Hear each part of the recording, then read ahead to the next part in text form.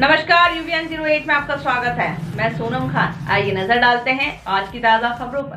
देखते रहिए यूवीएन 08। हम पर विश्वास बनाए रखें, क्योंकि हम वही दिखाते हैं जो सच होता है। जो देखा सो दिखाया। देखते रहिए यूवीएन 08 ताजा खबरों के लिए बने रहिए यूवीएन 08 के साथ। गुना से योगेश लोधा की रिपोर्ट। देश भर में चल रहे किसान आंदोलन के समर्थन में आज कांग्रेस ने गुना में प्रदर्शन किया। प्रदर्शन के दौरान कांग्रेस के वरिष्ठ नेता और चांचड़ा विधायक लक्ष्मण सिंह ने प्रधानमंत्री नरेंद्र मोदी और पंचायत मंत्री महेंद्र सिंह सिसोदिया पर जमकर हमला किया। भाषण की शुरुआत में लक्ष्मण सिंह ने अन्नदाता को कमजोर न समझो, झूल चटा देंगे वाला गाना गाया। प्रधानमंत्री पर निशाना साधते हुए कहा, लक्ष्मण सिंह ने वह 56 इंच का सीना बताते हैं, लेकिन इस सीने में किसानों के लिए जगह नहीं है। इतना ही नहीं, 56 इंच के सीने वाले प्रधानमंत्री 26 इंच के महाराज को भी अपने साथ ले गए। पंचायत मंत्री महेंद्र सिंह सिसोदिया का सीधा नाम लेते हुए लक्ष्मण सिंह ने कहा कि वह कांग्रेस पार्टी के सरपंचों को परेशान कर रहे हैं।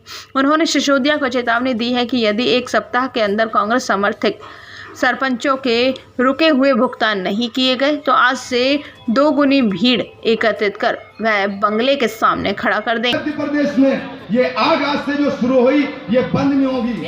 आप साथ ही मेरा जिला प्रशासन से भी आप सब जानते हैं, गांव का छोटा छोटा किसान भी जानता है कि जिन लोगों ने खुरपी भी नहीं बनाई वो ट्रेन भी भेज रहा है। एक खुरपी सो जाते हैं जमीन में तो हमेशा प्लाव की जरूरत पड़ती है और प्लाव के रूप में छोटे साहब हाजिर है। पलटी लगा लो, ये आग आज जल चुकी है।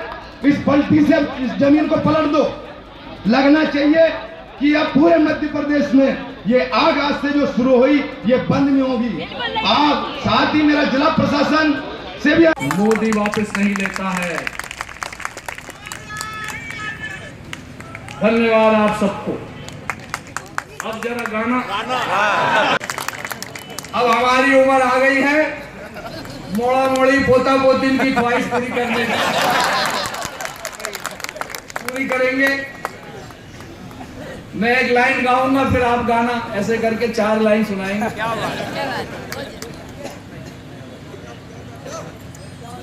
ये 2020 में जब लॉकडाउन लगा, पहले लॉकडाउन अभी जो लगा है लॉकडाउन, उस लॉकडाउन में हमारे चरणकार की दुकान बंद हुई, बेरोजगार हुआ, पैसा नहीं। सब्जी के ठेले वाले की दुकान बंद हो गई, बेचारे वो ठेले वाले भूखों मरे। जितने गरीब थे, पान वाले, हमारे सेन समाज के कटिंग करने वाले, सभी लोग भूखों मरे, परेशान रहे।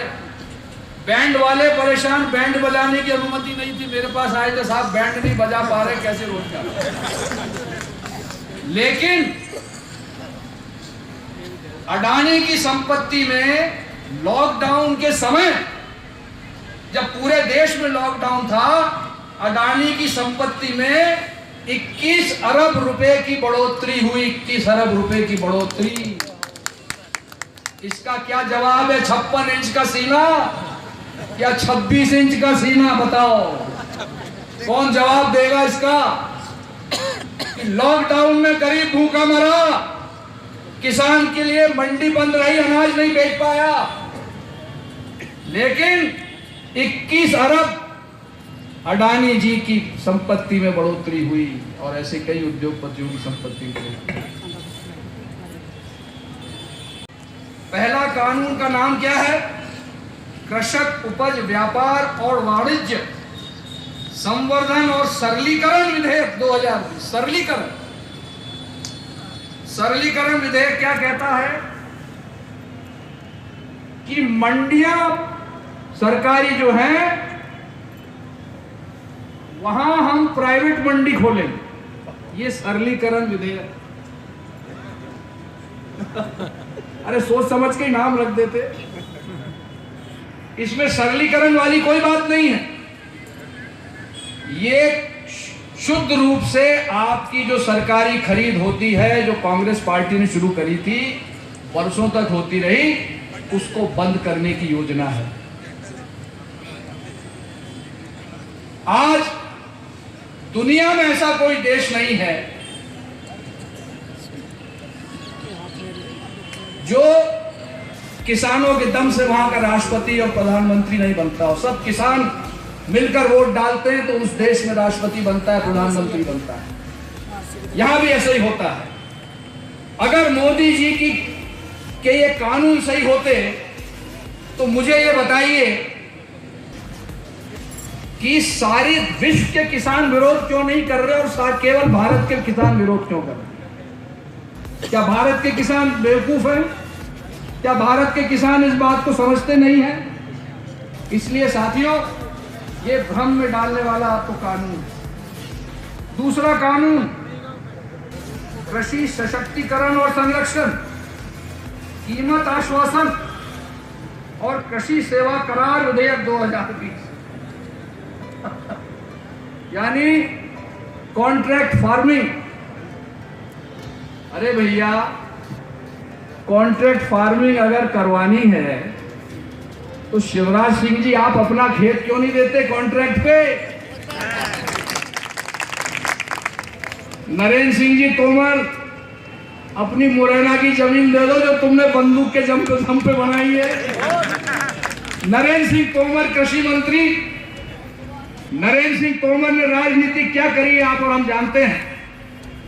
बंदूकें हवा में चला चला के गरीब लोगों को वोट डालने से रोककर उनके बूथ पे कैप्चर कर करके ये नेता बना है नरेंद्र सिंह तोमर। आज ये कृषि मंत्री है देश का, ये देश का अपमान है। और ऐसे कृषि मंत्री से आप क्या उम्मीद करेंगे कि वो किसानों के बीच में जाकर उनको समझा सके? मैं दावा करता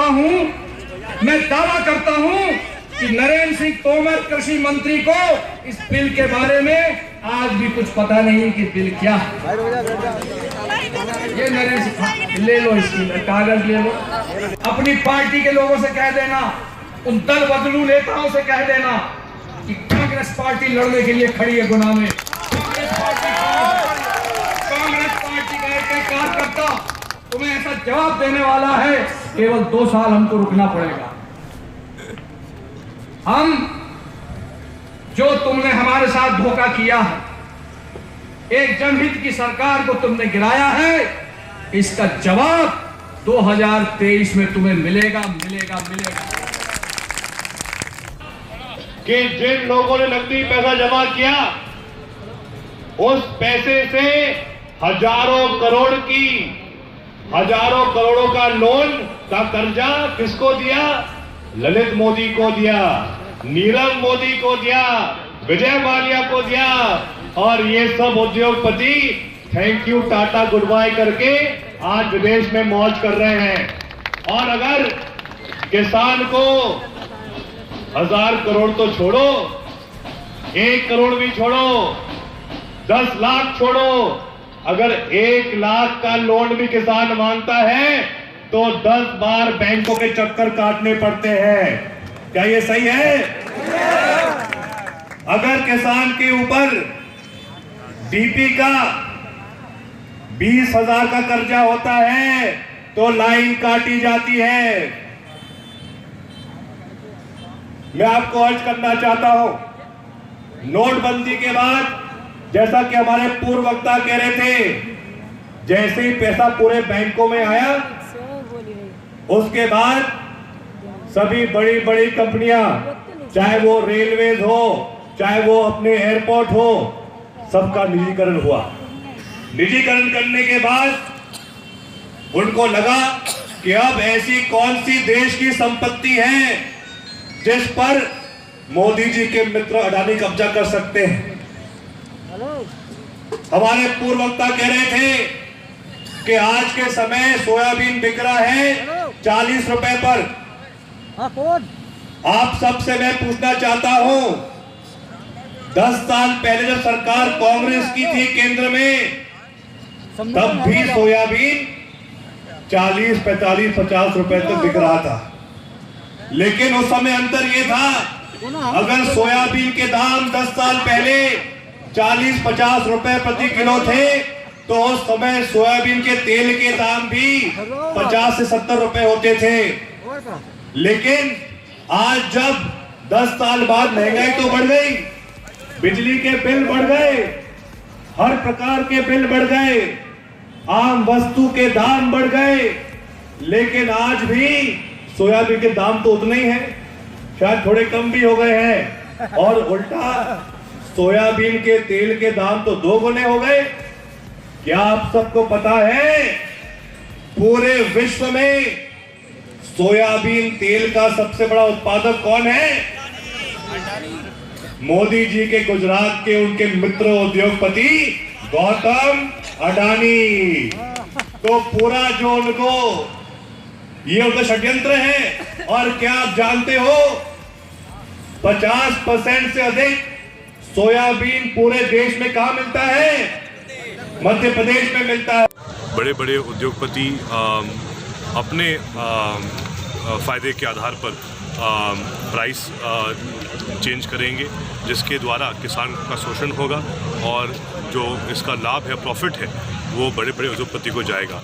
इसके साथ में जो इसमें अधिकार दिए गए हैं कंपनीज़ को, इसके माध्यम से कंपनीज़ इसमें जो किसान की ज़मीन है उस पर कब्जा करेगी और कोई भी अगर उसमें कोई बात नहीं बनेगी अगर किसान और कंपनी के बीच में, तो फिर मामला कोर्ट में जाएगा, जिसमें भी संघर्ष शोषण हो सकता है। धरना और प्रदर्शन की भी बात आ रही है कि लगातार धरना प्रदर्शन आज आपने देखा गुना में हमने जिस दर पे आज यहाँ प्रदर्शन किया है, लगभग 500 से अधिक ट्रैक्टर आज गुना में एंटर हुए, लगभग 5-10 हज़ार यहाँ पर भीड़ हुई और इससे स्पष्ट होता है कि किसान आंदोलन सिर्फ दिल्ली या पंजाब का नहीं, अब मध्य प्रदेश में भी बहुत बड़े स्तर पर यह आंदोलन हो रहा है और किसान एक ही आवाज़ में कह रहा है कि इस कानून को वापस लेना चाहिए। दुनिया का कोई देश नहीं रोक पाया और मोदी जी की हैसियत नहीं कि किसानों की आवाज़ को रोकें। क्रमबद्ध तरीके से जो अनशन की बात आपने यहाँ पर कही है कि आप बैठेंगे, पार्टी ने फैसला लिया है, हमारे संगठन ने, जिला संगठन ने, कि हम लोग 26 जनवरी से बारी बारी से अनशन भूख हड़ताल करेंगे और ये जारी रहेगा जब तक कानून वापस आए। एक डीजे सॉन्ग भी डेवलप किया गया आप लोगों के द्वारा यहाँ पे। डीजे सॉन्ग आपको इतना सुनाई देगा अगले चुनाव तक